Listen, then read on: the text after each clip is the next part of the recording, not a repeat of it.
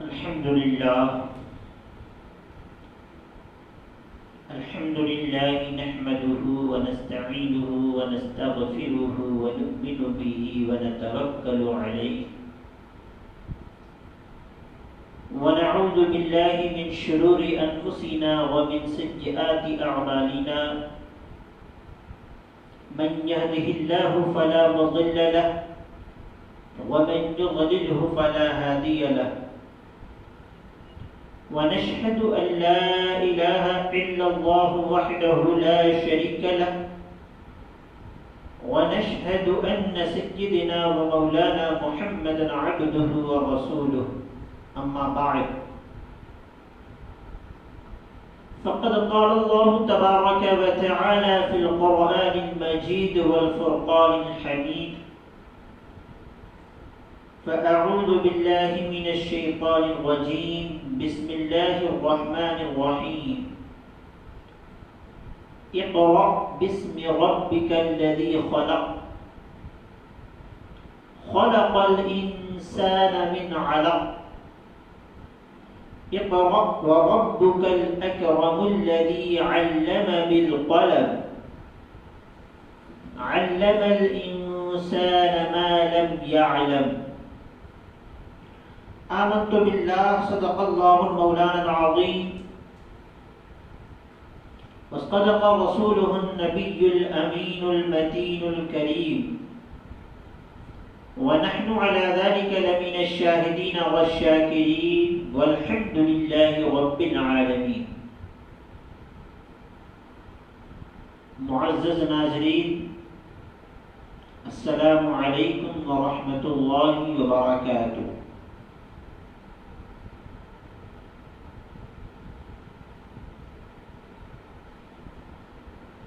سب سے پہلے ہم اپنی پوری ٹیم کی جانب سے آپ سبھی کو عید کی مبارکباد دیتے ہیں.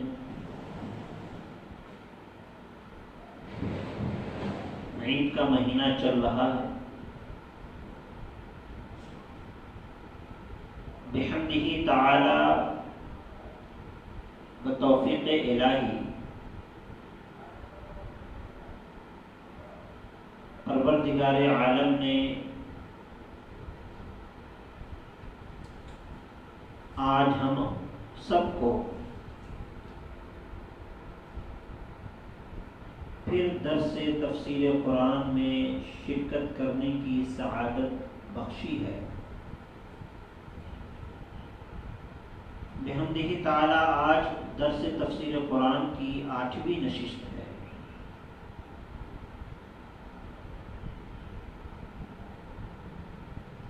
اور آج سورہ العلق کی تفسیر شروع ہو رہی ہے.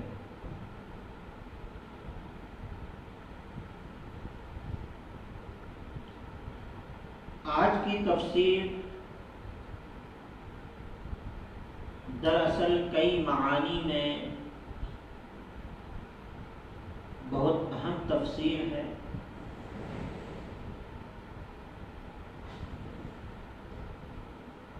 احکام الہی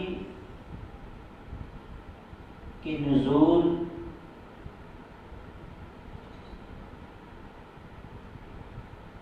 اور اس کے اہتمام کے تعلق سے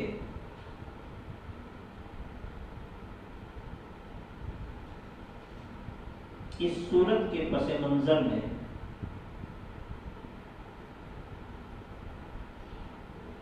وہ باتیں بیان کی گئی ہیں.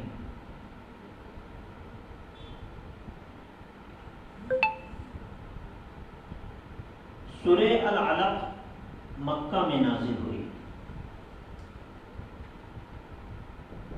اس میں 1 رکوع، 19 آیتیں، 92 کلمے،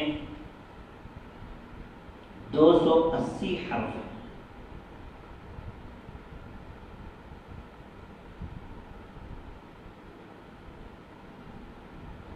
سب سے پہلے ہم اس موضوع پہ بات کرنے کی کوشش کریں گے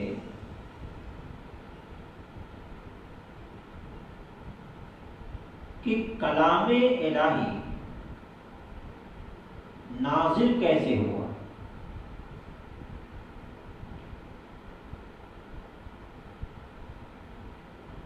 اور دوسری بات یہ ہے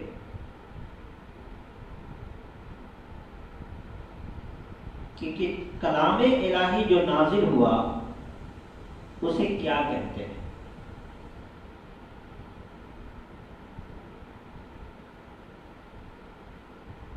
وحی کے ذریعے سے رب کا پیغام نبی تک پہنچا اور نبی نے اس پیغام کو لوگوں تک پہنچایا. وحی کی دو قسمیں ہیں. ایک ہے وحی مطلوب اور ایک ہے وحی غیر مطلوب. وحی مطلوب قرآن کریم کو کہا جاتا ہے اور وحی غیر مطلوب حدیث پاک کو کہا جاتا ہے. وحی مطلوب کا مطلب وہ ہوا کہ وہ وحی جس کی تلاوت کی جاتی ہے. قرآن کریم کی تلاوت کی جاتی ہے. اور وحی غیر مطلوب وہ وحی جس کی تلاوت نہیں کی جاتی. حدیث پاک کی تلاوت نہیں ہوتی ہے بلکہ بیان ہوتا ہے. آقا کریم صلی اللہ تعالی علیہ وسلم پیغام الہی اپنے الفاظ کے ذریعے سے لوگوں تک پہنچاتے ہیں. ایک وحی وہ ہے جو بذریعہ جبریل امی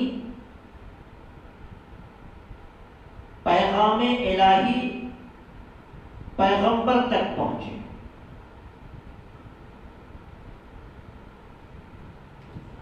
اور ایک وحی وہ ہے جو ڈائریکٹ اللہ تبارک و تعالی اپنے محبوب کے دل میں القاء کرتے ہیں.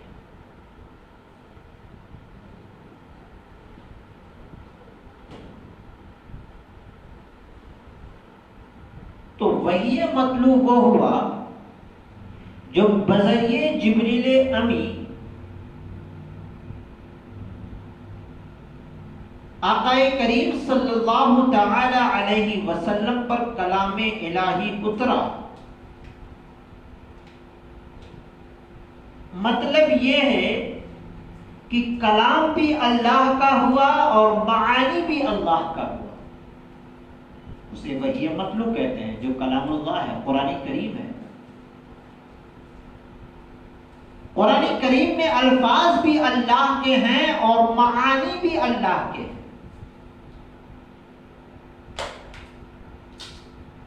اور آقا کریم صلی اللہ تعالی علیہ وسلم کے دل میں جو القاء ہوا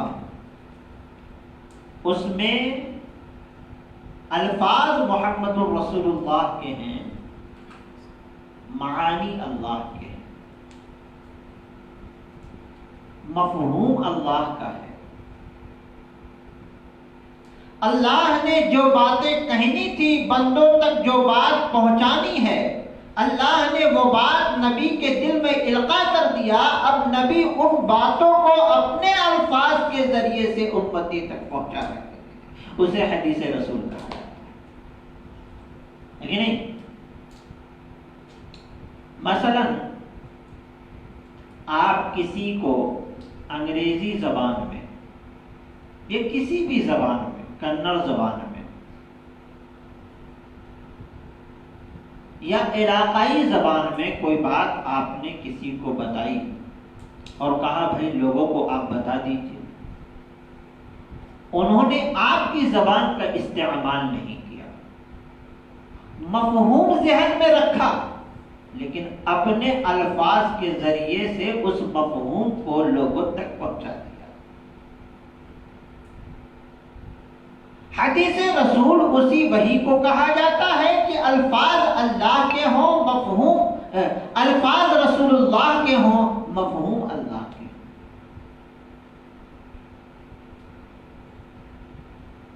تو اسی لیے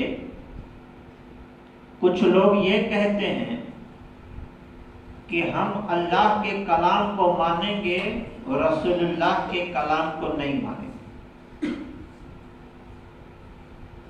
ہم کلام الہی کو مانیں گے، ہم قرآن کو مانیں گے، رسول اللہ کی حدیث کو نہیں مانیں گے. ہم عرض کرنا چاہتے ہیں ایسے لوگوں سے کہ جو لوگ یہ دعویٰ کرتے ہیں کہ ہم قرآن کو مانیں گے، رسول اللہ کی حدیث کو نہیں مانیں گے، انہوں نے وحی کا مفہوم سمجھا ہی نہیں. کلام الہی بھی وحی الہی ہے اور حدیث رسول بھی وحی الہی ہے. دونوں پیغام اللہ کے ہیں، بس فرق یہ ہے کہ کلام الہی میں الفاظ اور معانی اور مفہوم دونوں اللہ کے ہیں، اور حدیث رسول میں مفہوم و معانی اللہ کے ہیں لیکن الفاظ رسول اللہ کے. اسی لیے جس طریقے سے ہم کلام الہی کو مانیں گے اسی طریقے سے ہم رسول اللہ کی حدیث کو بھی مانیں گے. اور یہاں پہ ایک بات اور بھی میں عرض کرنا چاہتا ہوں. اگر آپ نے رٹا مار ہی دیا ہے کہ نہیں ہم کلام الہی ہی کو مانیں گے، رسول اللہ کی حدیث کو نہیں مانیں گے، تو میں دعوے کے ساتھ کہہ سکتا ہوں آپ نماز کبھی نہیں پڑھ سکتے. قرآن کریم میں اللہ رب العزت نے ارشاد فرمایا یا ایھا الذین آمنوا اذا قمتم الى الصلاة فاغسلوا وجوہکم وایدیکم الى المرافق. اے ایمان والو، جب تم نماز کا ارادہ کرو تو اپنے چہرے کو دھو لو اور اپنے ہاتھوں کو کہنیوں سمیت دھو لو.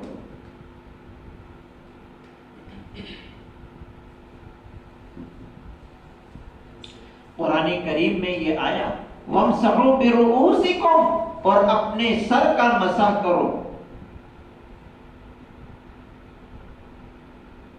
وَأَرْجُلَكُمْ مِنَ الْكَعْبَيْنِ، اور اپنے پیر کو ٹخنوں سمیت دھو لو. 4 فرائض کا ذکر ہے قرآن میں. سب سے پہلا فرض ہے چہرے کا دھونا، دوسرا فرض ہے ہاتھوں کا دھونا، تیسرا فرض ہے چوتھا سر کا مسح کرنا، اور چوتھا فرض ہے پیر کا دھونا. ہم آپ سے عرض کرنا چاہتے ہیں جو لوگ صرف قرآن کو ماننے والے ہیں، حدیث کو نہیں ماننے والے، ہم ان سے عرض کرنا چاہتے ہیں قرآن نے یہ ضرور بتایا کہ اپنے چہرے کو دھو، لیکن قرآن نے یہ نہیں بتایا کہ اپنے چہرے کو کس طریقے سے دھو. اور چہرے کے دھونے کا دائرہ کدھر سے کدھر تک رہے گا اس کا تعین قرآن نے نہیں کیا. اس کا تعین کہاں سے ہوتا ہے؟ اس کا تعین نبی کی حدیث سے ہوتا ہے. اللہ کے نبی صلی اللہ علیہ وسلم نے فرمایا کہ چہرے کے دھونے کا مطلب وضو میں یہ ہے کہ پیشانی میں بال کے اگنے کی جگہ سے لے کر کے ٹھوڑی کے نیچے تک، ایک کان کی لو سے دوسرے کان کی لو تک، یہ رسول اللہ نے ہمیں طریقہ بتایا. اگر ہم صرف چہرے کو ہم دھونا مان لیں، اس طریقے کو چھوڑتے تو ہمارا وضو درست نہیں ہوگا. اللہ رب العزت نے ارشاد فرمایا اپنے سر کا مسح کرو. بھائی سر کا مسح، سر کا اطلاق یہاں سے لے کر کے یہاں تک ہوتا ہے. اب سر کا مسح کرے تو کتنا مسح کرے، یہ بات واضح نہیں ہوئی، صرف سر کا مسح کرنے کے حوالے سے کیا گیا. ائمہ نے حدیث کی چھان بین کی تو اس میں نکلا ہے کہ اللہ کے رسول صلی اللہ علیہ وسلم نے اس سے مراد چوتھائی سر لیا۔ کچھ ائمہ کے نزدیک پورا سر ہے اور ایک آدھ ائمہ کے نزدیک ایک دو بال کا چھو جانا فرض ادا ہو جاتا ہے۔ مطلق اعلان ہوا ہے، کوئی قید تو نہیں کیا گیا اس میں۔ سرکار دو عالم صلی اللہ علیہ وسلم کو جن صحابی نے جس طریقے سے وضو بناتے ہوئے دیکھا اس طریقے کو آگے بڑھاتے چلے گئے، اور آخری طریقہ یہی تھا سرکار کا کہ چوتھائی سر کا مسا۔ ہم آپ سے عرض کرنا چاہتے ہیں کہ جو لوگ صرف قرآن کو ماننے والے، حدیث کو چھوڑنے والے،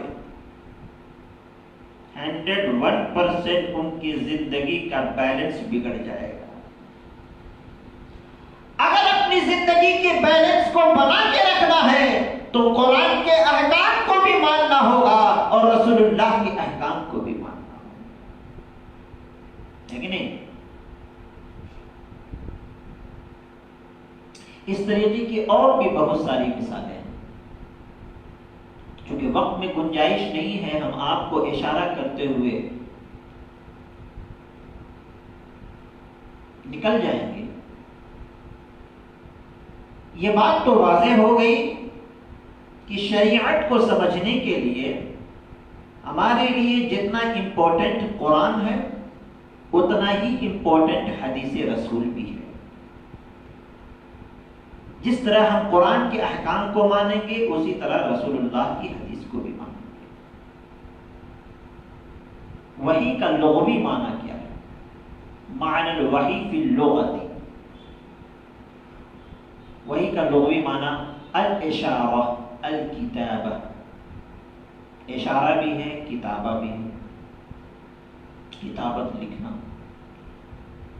رسالہ الہام کلام خفی،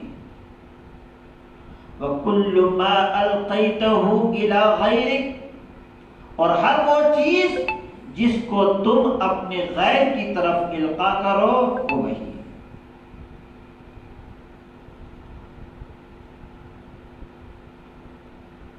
امام زبیدی لکھتے ہیں تاج العروس جلد نمبر 40 صفحہ نمبر 171، کیا لکھتے ہیں؟ وَكُلُّ مَا أَلْقَيْتَهُ إِلَى غَيْرِكَ، ہر وہ چیز جس کو تم اپنے غیر کی طرف القاء کرو وہ کیا ہے؟ وحی ہے۔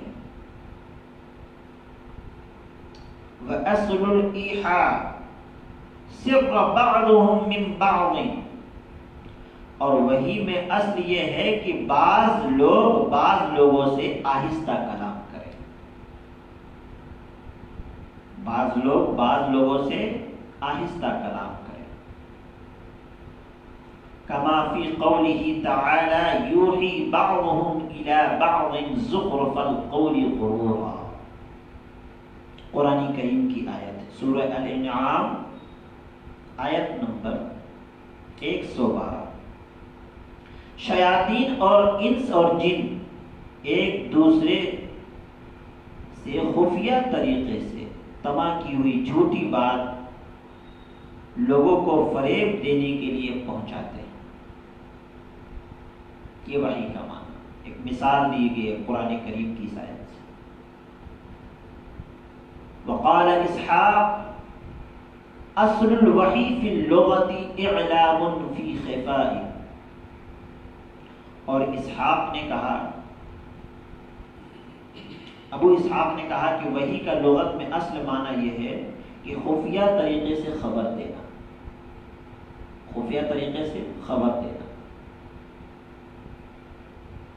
اعلام فی خفاء، ولذلك صار الالہام یسمى وحیا، اور اسی وجہ سے الہام کو وحی کہا جاتا ہے۔ وقوله عز وجل وما كان لبشر ان يكلمه الله الا وحيا او من وراء حجاب. اللہ رب العزت نے ارشاد فرمایا اور کسی بشر کے لائق نہیں کہ اللہ اس سے کلام کرے مگر یہ کہ وحی کے ذریعے سے اور پردے کے پیچھے سے. الا وحیا او من وراء حجاب. پھر آگے لکھتے ہیں معناہ الا ان یوحی الیہ وحیا ویعلمہ بما یعلم البشر انہ اعلمہ اما الہاما. لکھتے ہیں اس کا معنی یہ ہے کہ اللہ تعالیٰ بشر کو الہام یا خواب کی صورت میں خفیہ طریقے سے خبر دیتا ہے. اس کا معنی کیا ہے؟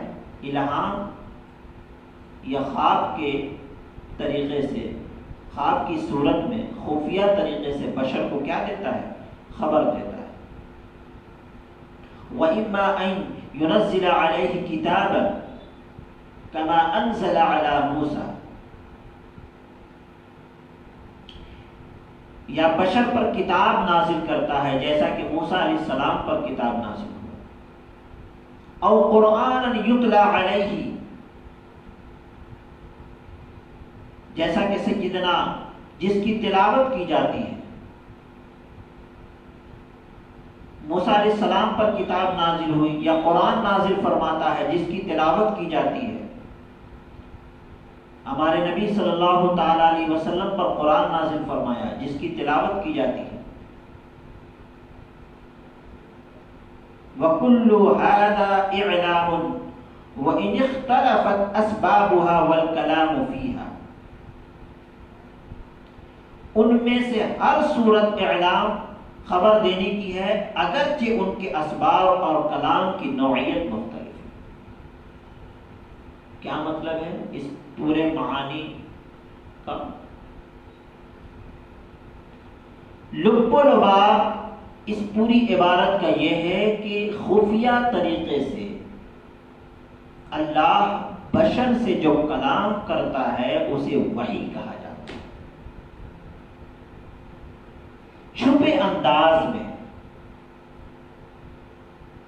اللہ تبارک و تعالی بشر سے جو کلام کرتا ہے، جو باتیں کرتا ہے، جو پیغام اپنا پہنچاتا ہے بشر کو، اسے وحی کہا جاتا ہے. حضرت موسیٰ علیہ السلام پر توریت نازل فرمایا وحی کی شکل میں، اپنی بات خفیہ طریقے سے پیغمبر کو پہنچائی. حضرت عیسیٰ علیہ السلام پر انجیل نازل فرمایا وحی کی شکل میں. حضرت داؤد علیہ السلام پر زبور نازل فرمایا وحی کی شکل میں، اپنی بات خفیہ طریقے سے پہنچائی. اور آقا کریم صلی اللہ تعالی علیہ وسلم پر قرآن نازل فرمایا وحی کے ذریعے سے، اپنی بات خفیہ طریقے سے پہنچائی. اور حق تو یہ ہے اور سچ بھی یہ ہے کہ کلام الہی کو سوائے رسول اللہ کے کما حق ہو کوئی نہیں سمجھ سکتا. اللہ تبارک و تعالی نے اس کلام کو سرکار پر نازل فرمایا، جبکہ اس کلام الہی کے بارے میں خود رب العزت نے اپنے کلام میں ارشاد فرمایا لو انزلنا هذا القرآن على جبل لرأيته خاشعا متصدعا من خشية الله. اگر یہ قرآن پہاڑ پہ نازل ہوتا تو پہاڑ ریزہ ریزہ ہو جاتا. تو کلام الہی کو اللہ کے مقدس رسول صلی اللہ تعالی علیہ وسلم کے نازک سینے نے جذب کر دیا. یہ نبی کا بہت بڑا معجزہ ہے دوستو. تو یہ بات تو سمجھ میں آ گئی کہ وحی کس کو کہا جاتا ہے لغوی اعتبار سے. اور تاریخی لغت کا حوالہ میں نے دیا ہے تاج العروض جو امام زبیدی کی کتاب ہے، جلد نمبر 40 صفحہ نمبر 171.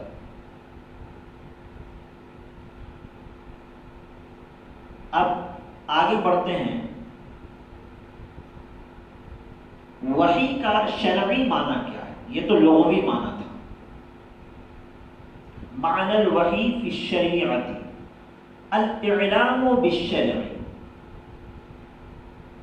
وحی کا شرعی معنی ہے شریعت کی خبر دینا، شریعت کی خبر دینا.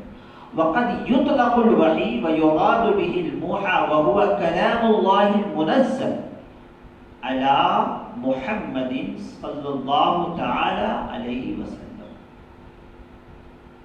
شریعت کی خبر دینے کو وحی کہا جاتا ہے، اور کبھی وحی سے اس کلام کو مراد دیا جاتا ہے جو نبی کریم صلی اللہ تعالی علیہ وسلم پر نازل ہوا.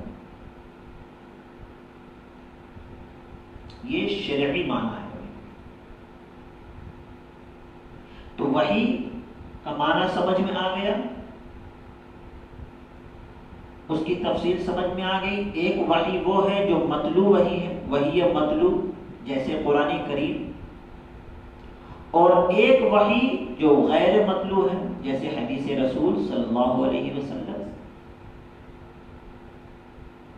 ہم دونوں پر ایمان رکھیں گے، وحی مطلوب پر بھی اور وحی غیر مطلوب. ایمان کا مطلب دونوں احکام کو ہم مانیں گے من نوعین، نہ احکام الہی کے ماننے میں شک کی کوئی گنجائش پیدا کی جا سکتی ہے، اور نہ احکام رسول کے ماننے میں شک کی کوئی گنجائش پیدا کی جا سکتی ہے. بلکہ شک کی گنجائش تو خود رب تبارک و تعالی نے ہی نہیں رکھا ہے. ایک مقام پر اللہ رب العزت نے ارشاد فرمایا من یطع الرسول فقد اطاع اللہ. جس نے رسول اللہ کی اطاعت کی اس نے یقیناً اللہ کی اطاعت کی. یعنی الگ سے الفاظ نہیں لائے یہاں پر، اور جگہ پہ لایا ہے اللہ نے ومن یطع اللہ ومن یطع الرسول. اطاعت کا لفظ الگ الگ سے لایا گیا، اللہ رب العزت نے لایا ہے قرآن کریم میں. اللہ نے اپنے نام کے ساتھ بھی لایا ہے اطاعت کا لفظ، اور رسول اللہ کے نام کے ساتھ بھی لایا ہے. لیکن 5ویں پارے میں ایک مقام پر اللہ نے ایسے ارشاد فرمایا کہ اطاعت کا لفظ صرف اپنے حبیب کے ساتھ لایا ہے، اپنے نام کے ساتھ نہیں لایا. اپنے نام کے ساتھ اطاعت کے لفظ لایا ہے تو فقط کے ساتھ لایا ہے، یعنی شک کی گنجائش کو ختم کر دیا. اللہ نے ارشاد فرمایا من یطع الرسول فقد اطاع اللہ، یعنی رسول اللہ کی اطاعت میں ہی میری اطاعت چھپی ہوئی ہے. اب اس آیت سے یہ پتہ چلتا ہے کہ اگر کسی بھی صورت میں اگر رسول اللہ کے فرمان کا کوئی انکار کرے گا تو سیدھے کافر ہوگا. اس لیے کہ اللہ رب العزت نے ارشاد فرمایا ومن تولی فما ارسلناک علیہم حفیظا. جس نے ان سے منہ موڑ لیا، یعنی رسول اللہ کی اطاعت سے جس نے منہ موڑ لیا، رسول اللہ کے احکام سے جس نے منہ موڑ لیا، گویا کہ اس نے مجھ سے منہ موڑ لیا، میرے احکام سے منہ موڑ لیا. بہرکیف یہ بات تو سمجھ میں آ گئی کہ وحی کا تعلق کلام الہی سے بھی ہے، اور وحی کا تعلق حدیث رسول سے بھی ہے. اور وحی دراصل شریعت میں یا لغوی اعتبار سے دونوں حساب سے اگر وحی کا لب و لباب دیکھا جائے اور اس کا صحیح مفہوم تصور کیا جائے تو یہی سمجھ میں آتا ہے کہ وحی کا معنی یہ ہے کہ اللہ تبارک و تعالی اپنے بشر سے خفیہ طریقے سے کلام کرتا ہے. اب آئیے یہ جو شرعی معنی ہم نے پیش کیا ہے یہ فتح الباری شرح صحیح البخاری جلد 1 صفحہ نمبر 16 کے حوالے سے. قرآن کریم میں اللہ رب العزت نے ارشاد فرمایا اقرأ باسم. اب یہ حضرت جبریل امی آئے، سرکار دو عالم صلی اللہ علیہ وسلم غار حرا میں تھے. اس سورت کے بارے میں روایت میں آتا ہے کہ یہ قرآن کریم کی سب سے پہلی سورت ہے۔ یہ روایت بہت مشہور ہے، بہت لمبی حدیث ہے بخاری شریف کی۔ اللہ کے رسول نے ارشاد فرمایا ما انا بقاری، میں پڑھتا نہیں۔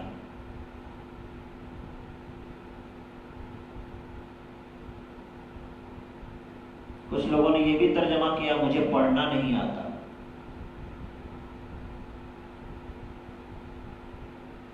لیکن دونوں ترجمے میں اگر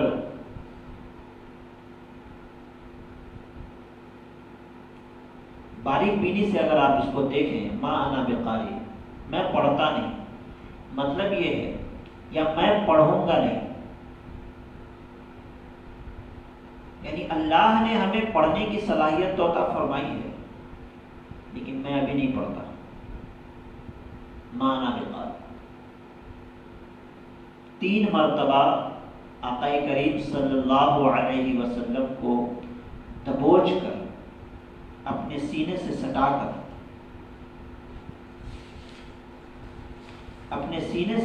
کر یہ ارشاد فرمایا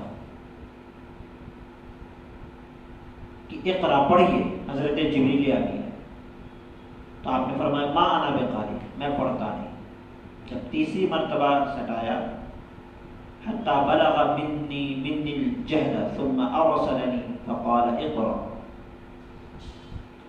جب تیسری مرتبہ ایسا ہی ہوا تو پھر حضرت جبریل امین نے کہا فقال اقرا باسم ربک الذی خلق، پڑھیے اپنے اس رب کے نام سے جس نے ہر شے کو پیدا فرمایا۔ اور جیسے ہی یہ حضرت جبریل امین نے کہا ویسے ہی اللہ کے مقدس رسول صلی اللہ علیہ وسلم نے پڑھنا شروع کیا اقرأ باسم ربک الذی خلق۔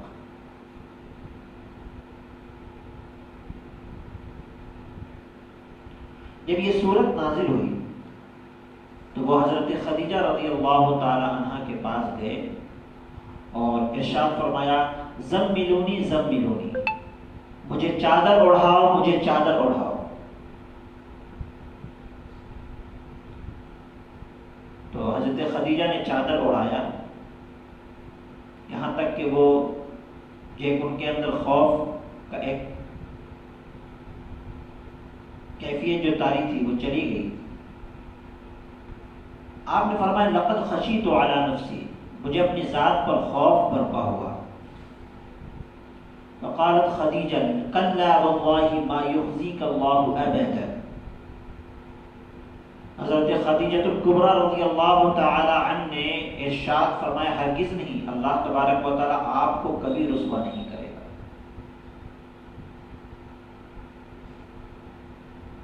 آپ کو کبھی خائف نہیں رکھے گا، نا امید نہیں رکھے گا، آپ پریشان نہ ہو۔ اللہ تبارک و تعالیٰ آپ کو اس حال میں کیسے رکھ سکتا ہے جبکہ آپ انک لتصل الرحم، جبکہ آپ صلہ رحمی کرنے والے ہیں، لوگوں پر مہربانی کرنے والے ہیں، لوگوں پر شفقت کرنے والے ہیں، لوگوں کی غلطیوں کو معاف کرنے والے ہیں، غلطیوں کو نظر انداز کرنے والے ہیں، آپ اپنوں کو بھی معاف کرنے والے ہیں اور اپنے دشمنوں کو بھی معاف کرنے والے ہیں، ہر کسی سے محبت سے بات کرنے والے ہیں۔ آپ تو اخلاق اعلیٰ کے سمندر ہیں۔ اللہ رب العزت نے آپ کے بارے میں ارشاد فرمایا انک لعلی خلق عظیم، اے میرے محبوب آپ کا اخلاق تو عظیم الشان ہے، اللہ آپ کو کبھی رسوا نہیں کرے گا۔ وتحمل الکل، اور آپ لوگوں کا بار اٹھاتے ہیں، وتحمل الکل، آپ لوگوں کا بار اٹھاتے ہیں، لوگوں کا بوجھ اٹھاتے ہیں، آپ سے لوگوں کی تکالیف برداشت نہیں ہو پاتی، آپ اپنی ذات کو تکلیف پہنچا دیتے ہیں لیکن لوگوں کی تکلیف کو آپ برداشت نہیں کرتے، آپ کے دلوں میں لوگوں کے لیے نرم گوشہ ہے، آپ کے اندر سختی نہیں ہے، آپ محبتوں کے سمندر ہیں، آپ لوگوں کی آنکھوں میں آنسو نہیں دیکھ سکتے، آپ لوگوں کا بات برداشت کرتے ہیں۔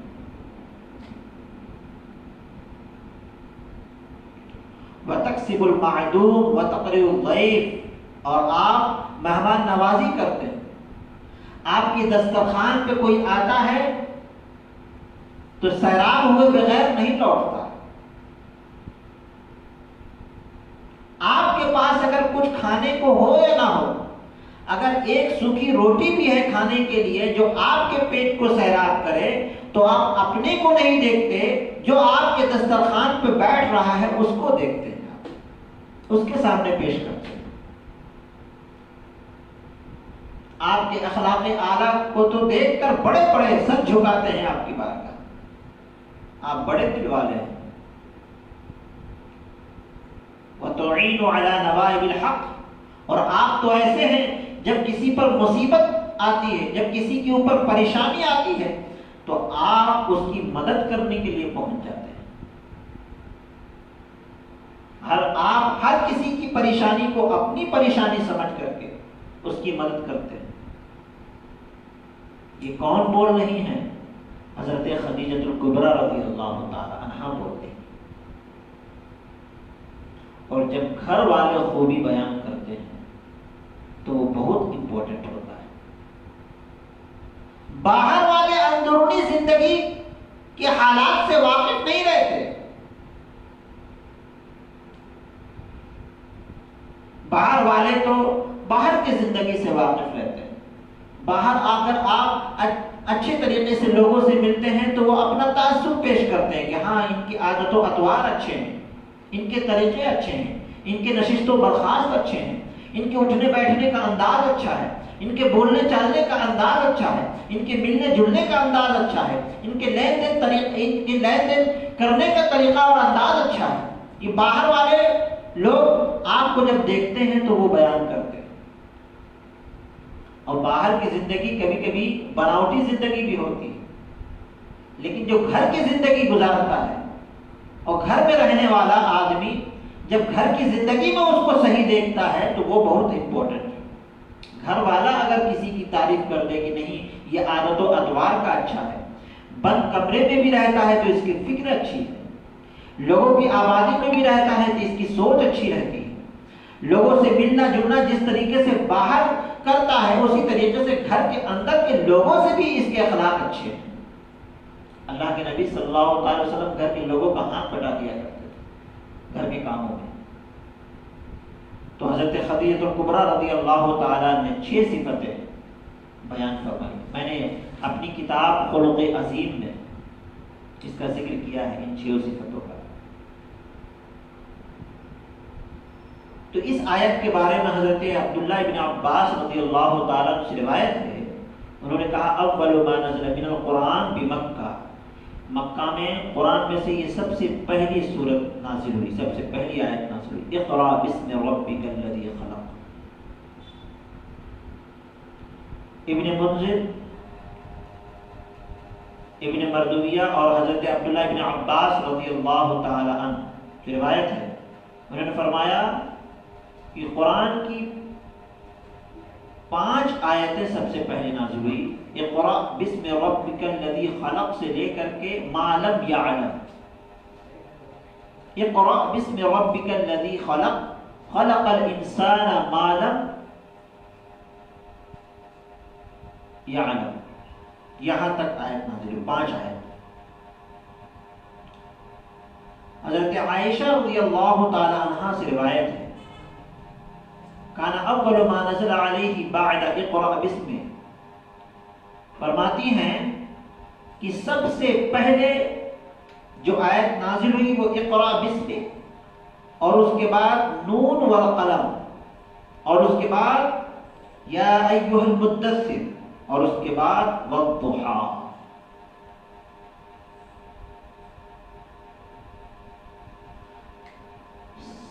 صاحب تفسیر نصفی اس کی تفسیر کرتے ہوئے لکھتے ہیں اقرأ باسم ربک الذی خلق، ای اقرأ مفتتحا باسم ربک کأنہ قیل قل بسم اللہ۔ سبحان اللہ، پڑھیے اپنے رب کے نام سے، اس رب کے نام سے جس نے کائنات کے ہر شے کو پیدا کیا۔ ای اقرا مفتتحا، یعنی پڑھنا شروع کیجیے اپنے رب کے نام سے، گویا کہ پیغام الہی ہوا قل بسم اللہ، اللہ کے نام سے پڑھیے۔ اور اس طریقے سے اللہ تبارک و تعالی نے ہر سورت کو پڑھنے سے پہلے بسم اللہ کا بھی پیغام دیا کہ جب بھی کسی سورت کو پڑھو تو پہلے اللہ کا نام لے لو، اللہ کے نام سے پڑھو۔ بسم اللہ الرحمن الرحیم، اقرأ بسم ربک الذی خلق۔ گویا اللہ تبارک و تعالیٰ نے اس سورت کے ذریعے سے ایک پیغام یہ بھی دے دیا کہ جب بھی کسی سورت کی تلاوت کرنے کا ارادہ کرو تو پہلے بسم اللہ الرحمن الرحیم ضرور پڑھ لیا۔ اس کے بعد پھر کہا ثم اقرأ الذی خلق، پھر پڑھیے اس رب کے نام سے جس نے کائنات کی ہر شے کو پیدا کیا، جس نے جن و انس کو پیدا کیا، لوح و قلم کو پیدا کیا، جنت و دوزخ کو پیدا کیا، صبح و شام کو پیدا کیا، اوقات کو پیدا کیا۔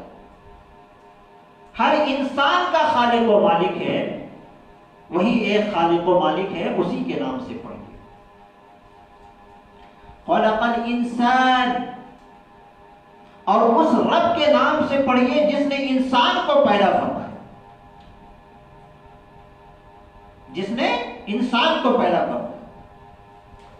اب سوال یہ پیدا ہوتا ہے کہ مخلوق تو بہت ساری ہے اس کی، چرند و پرند بھی مخلوق ہے، شجر و حجر بھی مخلوق ہے،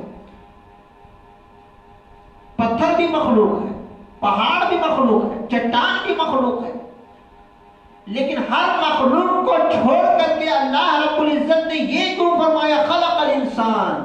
اس رب کے نام سے پڑھیے جس نے انسان کو پیدا فرمایا۔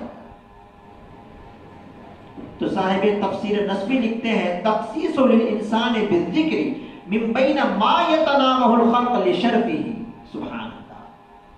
وہ اس لیے کہ انسان کا ذکر اس لیے فرمایا اس آیت میں، اور انسان کی تخلیق سے اپنے رب کی ربوبیت کا جو حوالہ دے رہا ہے رب تبارک و تعالیٰ، وہ اس لیے کہ انسان اشرف المخلوقات ہے،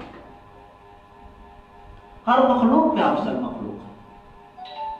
انسان میں ہی حضرت آدم علیہ السلام پیدا ہوئے، انسان میں ہی حضرت نوح علیہ السلام پیدا ہوئے، انسان میں ہی حضرت زکریا علیہ السلام پیدا ہوئے، انسان میں ہی شفیع المذنبین،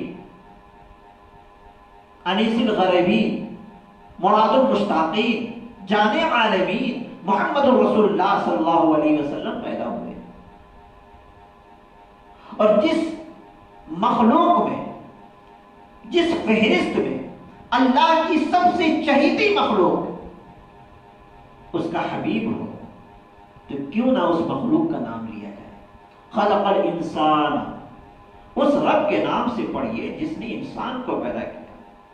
گویا اللہ تبارک و تعالیٰ یہ میسج دے رہا ہے کہ اے میرے محبوب، اس رب کے نام سے پڑھیے جس نے آدم کو پیدا کیا، اس رب کے نام سے پڑھیے جس نے نوح کو پیدا کیا، اس رب کے نام سے پڑھیے جس نے زکریا کو پیدا کیا، اس رب کے نام سے پڑھیے جس نے یحییٰ کو پیدا کیا، اس رب کے نام سے پڑھیے جس نے نوح کو پیدا کیا۔ اے میرے محبوب، اس رب کے نام سے پڑھیے جس نے آپ کو پیدا کیا۔ خلق الانسان، اچھا یہ انسان کو کس چیز سے پیدا کیا؟ تو اللہ رب العزت نے ارشاد فرمایا من علق، جمے ہوئے خون سے پیدا کیا۔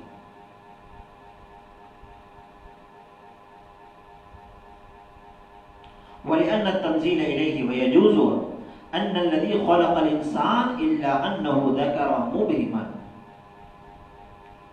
پھر آگے چل کے لکھتے ہیں، یہ اس کی تفسیر ہے جو میں نے اس کی وضاحت کی۔ آگے چل کے لکھتے ہیں من علق، علق سے پیدا کیا، جمے ہوئے خون سے پیدا کیا۔ اب علق علقتین کی جمع ہے، واحد نہ لا کر کے جمع کیوں لایا گیا علق؟ تو اس کا جواب یہ ہے کیونکہ انسان بھی انس کی جمع ہے، تو جمع کے ساتھ جمع کا ذکر کیا گیا، ایک لفظی بحث ہے۔ پھر ارشاد فرمایا اللہ رب العزت نے، اے میرے محبوب، دیکھیے کس طریقے سے پڑھنے کے بارے میں دعوت دی جا رہی ہے اپنے محبوب کو۔ سب سے پہلے کیا کہا؟ اقرأ بسم ربک الذی خلق، اے میرے محبوب اپنے رب کے نام سے پڑھیے جس نے ہر شے کو پیدا فرمایا۔ سب سے پہلی آیت میں یہ فرمایا اللہ رب العزت۔ پھر دوسری آیت میں کیا فرما رہا ہے؟ خلق الانسان من علق، اے میرے محبوب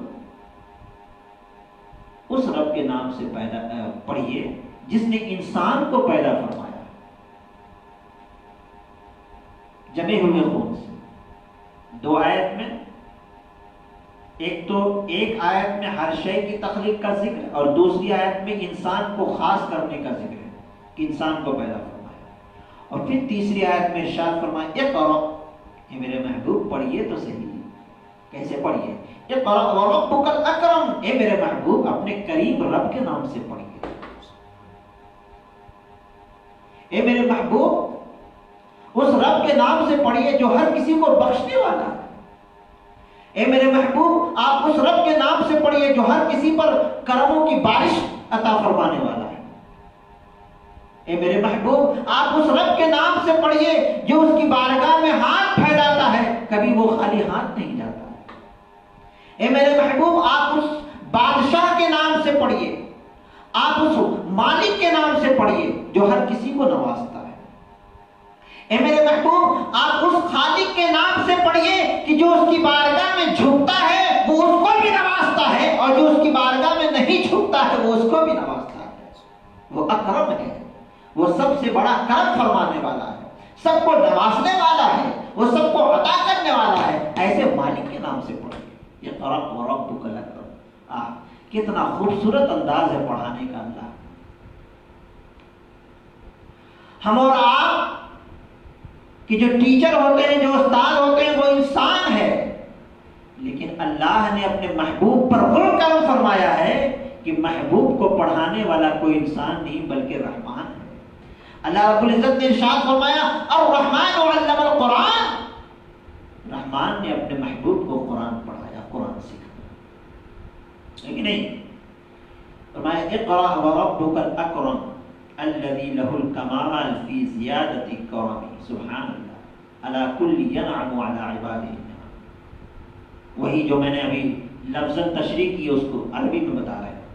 اس رب کے نام سے پڑھیے جس کے کمال سے بڑا کمال کسی کا نہیں۔ ہمیں اس رب کے نام سے پڑھیے جس نے بندوں پر بے شمار نعمتوں کی بارش عطا فرمائی۔ وَإِن تَعُدُّوا نِعْمَتَ اللَّهِ لَا تُحْصُوهَا، اللہ رب العزت نے ارشاد فرمایا کہ اگر بندہ میری نعمتوں کو شمار کرنا چاہے تو رات دن گزر جائے، قیامت برپا ہو جائے، میری نعمت کو شمار نہیں کر سکتا۔ وَإِن تَعُدُّوا نِعْمَتَ اللَّهِ لَا تُحْصُوهَا، اس رب کے نام سے پڑھیے، اور اس رب کے نام سے پڑھیے لکھتے ہیں کہ وَيُحَلِّمُ عَنْهُ، اس رب کے نام سے پڑھیے کہ بندوں کی نافرمانی کو وہ برداشت کرتا ہے۔ گناہ پہ گناہ بندہ کرتا ہے لیکن وہ برداشت کرتا ہے۔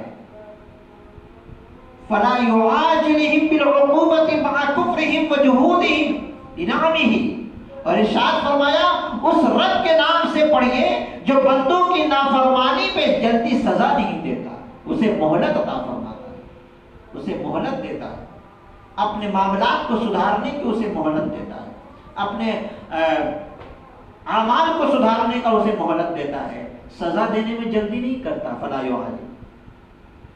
اور ہمارا اور آپ کا کیا حال ہے؟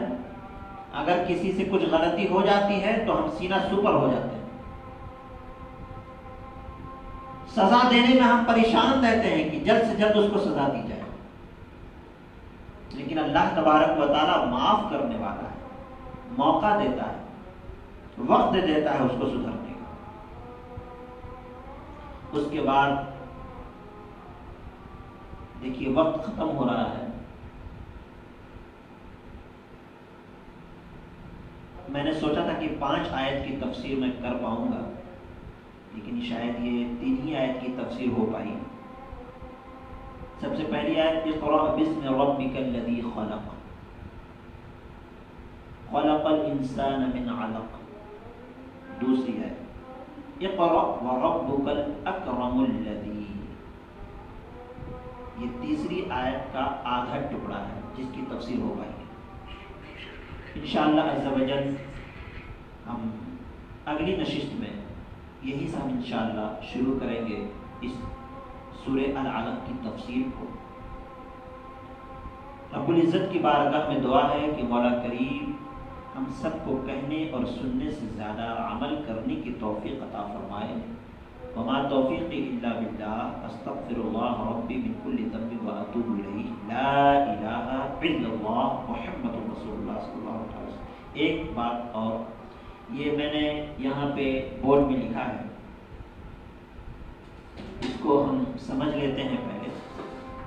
یہ لفظی معنی ہم نے لکھا ہے یہاں پہ دیکھیں. اقرأ پڑھیے، بسم ربک اپنے رب کے نام سے، الذی جس نے، خلق ہر شے کو پیدا کیا، خلق الانسان جس نے انسان کو پیدا کیا، من علق جمے ہوئے خون سے. پھر ایک آیت میں ارشاد فرمایا اقرأ پڑھیے، وربک الاکرم اپنے کریم رب کے نام سے، الذی علم جس نے سکھایا، بالقلم لکھنا قلم سے، علم الانسان جس نے انسان کو سکھایا، ما لم یعلم جو کچھ وہ نہیں جانتے تھے. تو آج جو تفسیر ہوئی ہے وہ صرف یہاں تک ہوئی ہے، وربک الاکرم. انشاءاللہ عز و جل اگلی نشست میں تفسیر یہاں سے ہوگی، الذی علم بالقلم.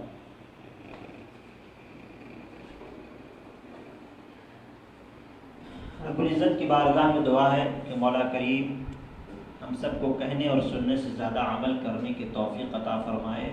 وما علینا الا البلاغ. السلام علیکم ورحمۃ اللہ وبرکاتہ.